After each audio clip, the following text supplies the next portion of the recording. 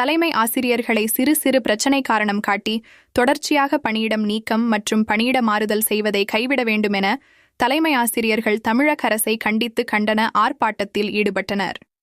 ராணிப்பேட்டை மாவட்டம் முத்துக்கடை பேருந்து நிலையத்தில் தமிழ்நாடு மேல்நிலைப்பள்ளி தலைமை ஆசிரியர் கழகத்தின் சார்பாக மாவட்ட தலைவர் பிச்சைக்காரன் தலைமையில் கண்டன ஆர்ப்பாட்டம் நடைபெற்றது.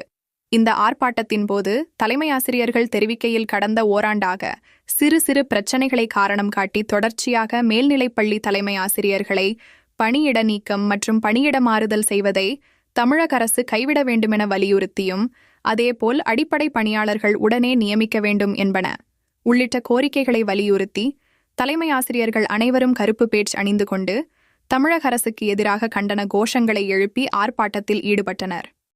நம்மளே குற்றம் சொல்றாங்க. அந்த அளவுக்கு தலைமை ஆசிரியர்கள் மிகுந்த மன உளைச்சலோடு மேல்நிலை தலைமை மீது மன உளைச்சலோடு வேலை பார்த்துட்டு இருக்கிறாங்க.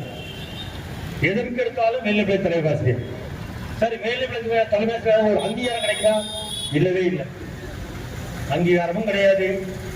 ஒரு 100 பேர் 200 இருக்கிற கூட்டத்தில் ஒரு தலைமை ஆசிரியரை எழுப்பி உங்க பள்ளி என்ன, அந்த பள்ளி எப்படின்னு கேட்டு அசிங்கப்படுத்துறதுல நம்பர் 1 இருக்கிறாங்க. ஆசிரியர்களை நேரத்தை வீணாக்காதே.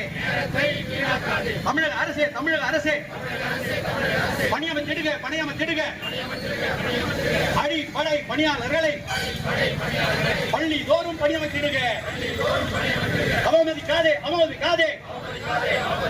மேல்நிலை பள்ளி தலைமை ஆசிரியர்களை அவமதிக்காதே. விசாரிச்சு நடவடிக்கை எடுங்க.